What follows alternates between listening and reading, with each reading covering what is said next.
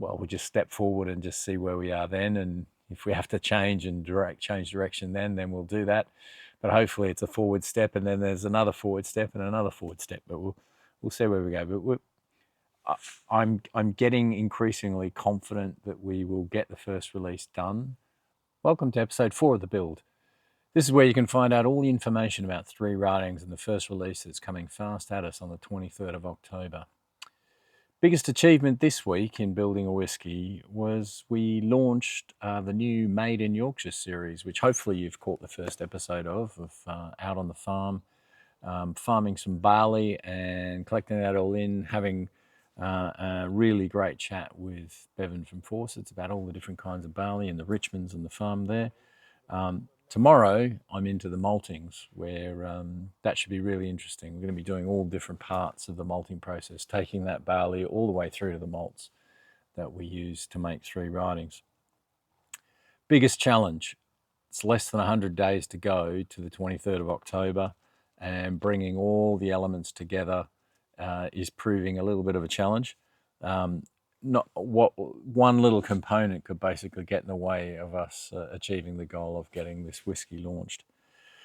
Biggest surprise was just looking back over the last 6 weeks. So I launched Chris Builds a Whiskey on the 29th of May, so roughly 6 weeks ago. And just looking across all the data, it's really interesting to see. Exceeding expectations in a bunch of other areas, and some other areas, still some improvements to go. Big ones, right? So for me, 566 followers from scratch across all the platforms is really great.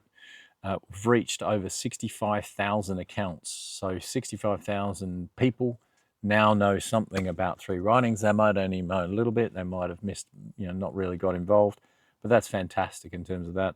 And I've had around 110,000 views of the content created so far.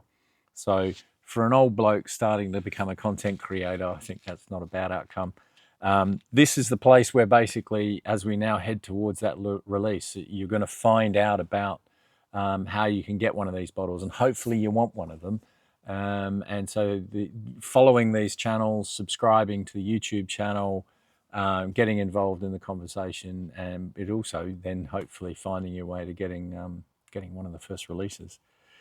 So where are we overall? As I mentioned, just inside the final 100 days to the dinner at the Grand. So starting to get a little bit squeaky in terms of timeline. Starting to actually plan that dinner out now. So starting to look at the invite list and who we want to get there. Starting to get some invitations out.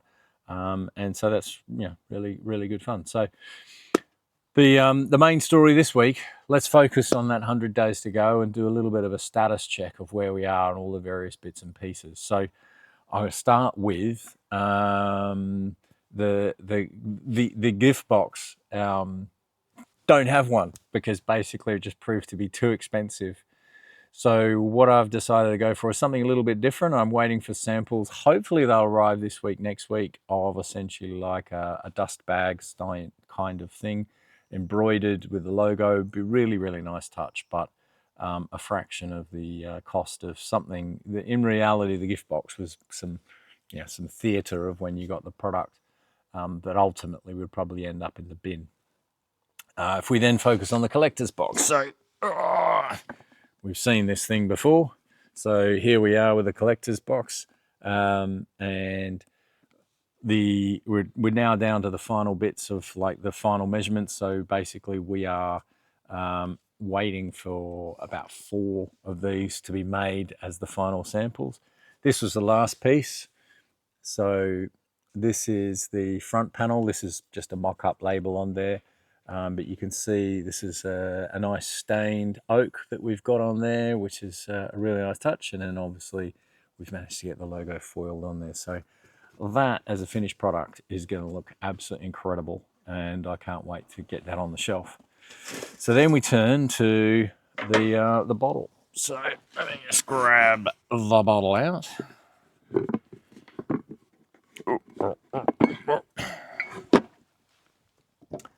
So let's run from top to bottom. So some things you haven't seen. So let's start at the top. So this is the wooden stopper, obviously with a natural cork inside. And what we now have on top is a little branded coin, which hopefully that is in focus. And that is, I think, looks really nice. I did some DIY to basically stain this, which you can have a look at.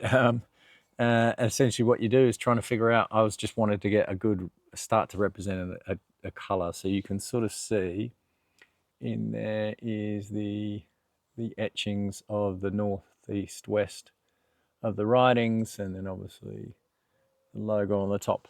So that's coming together nicely. We then have the decoration. So this transfer and the print onto the bottle. Generally, it's sort of there. Was a couple of little things. This isn't quite right onto this shield yet, so that's just being worked on, and also then just how the transfer integrates with the labels. So that's getting there. It looks really good. I mean, it probably doesn't do it justice in this light, but it does look amazing. The labels on here, so we have effectively on the bottle 3 labels, and then there's a 4th label, which is the one on the collector's box. So we have this one up here, this one, and the back one. Now on each of those labels, just going through what the final embellishments are. So things like the foils, the embossing, the debossing, and other things about the gloss. These are mock-ups. So it was really just to test this blue on the paper that we wanted to use, and all the rest of this will be foiled in the same foiling essentially as what's on here. This label will be foiled and probably just with the text on there embossed on, so that'll look like a quite nice sort of thing. And then we're just playing around with the back, so little things we're just playing around with. So the individual bottle number on there, you can't quite read it, so we've just got to figure that one out. But and then obviously the glass itself, we're still waiting on the production slot, but Veralia assure me that it's not a problem and that we'll have our glass. And yeah, so these stoppers on track, labels are on track. Bottle, once we get the glass date, is on track. I think we're in good shape with the decoration. So in essence, this thing's starting to come together quite nicely. And as I've shown on the pilot blend video, we've got the liquid ready to go into the bottle. This isn't our liquid, this is just some dummy liquid in there to see how the thing behaved with different shades of liquid in there. So yeah, I mean, it's coming together. I'm just trying to think what other things I've got. Yeah, I mean, the main thing's working out, one of the things doing is working on some pricing. So I think there's a number of people out there who will want this full collector's box, because if you're a serious collector, you want to display your bottles, and that is, to me, that's an absolutely beautiful piece. When you get to see it, you'll understand.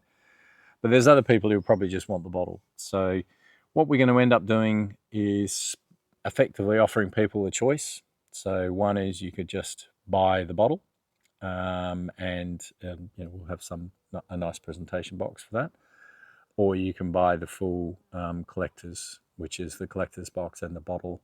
They both all come with the certificates of authenticity and things like that as well. The certificate of authenticity, I think, is in good shape. We've designed that, we've chosen the stock, we've chosen the embellishments on that thing, so that's being done by a local printer in York, which is great. More local suppliers.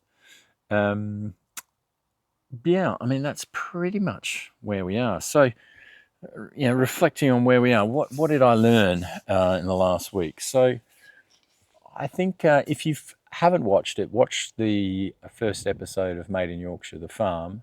There's a fascinating conversation on there with Bevan about the different varieties of barley. Now, Fawcett's predominantly malts for brewers, and obviously there's the various characteristics of what they're trying to do to make a beautiful tasting beer. And talking about the different varieties, we use Pearl, which is what people would class as a heritage variety. It's used by Theakston's exclusively for their beers, and it's used by a few other craft brewers. And what it does do is gives you just amazing taste and flavour. And they're the things that we bring through into Three Writings through all the various distillation work that we do. But there's a lot of varieties out there that are changing and evolving, and it's constantly changing based on what's going on. But the more interesting conversation, which I had with the guys and the Richmonds there whose farm we're on, was about just the challenges of the weather and climate. It's getting harder and harder and harder for these guys to be able to grow the barley that they need to grow, and also all their other crops, just because of the variability of the weather, the extreme heat, the lack of rain.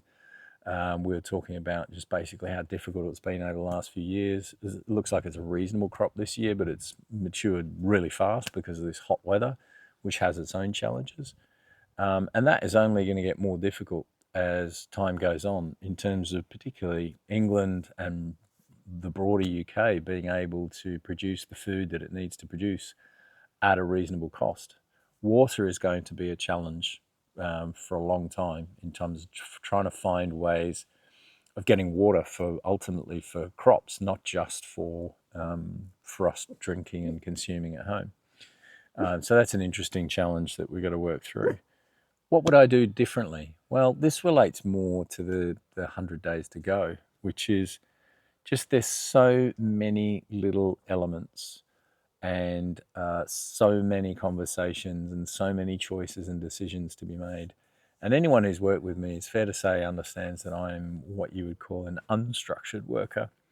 And so doing something where you have to track every single one of these little line items and every single part of progress and every single timeline and all the costs is well outside my comfort zone in terms of things that I like doing.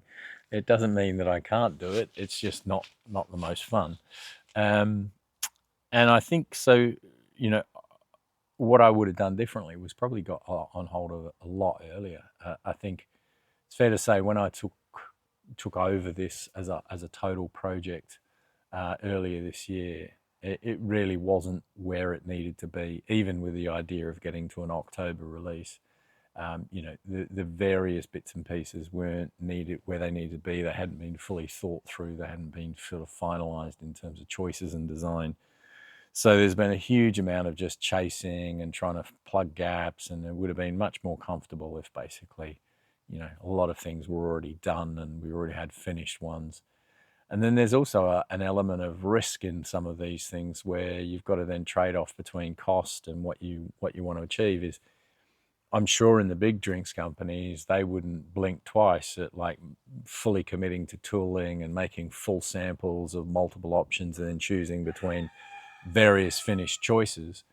I just don't have the budget for that. So essentially, there's times where I'm just having to go, well, we'll just take the step and see where we go. It's very much using my friend Paul from China's philosophy that he told me about, is take a step, look a step, which is, well, we just step forward and just see where we are then. And if we have to change direction then we'll do that.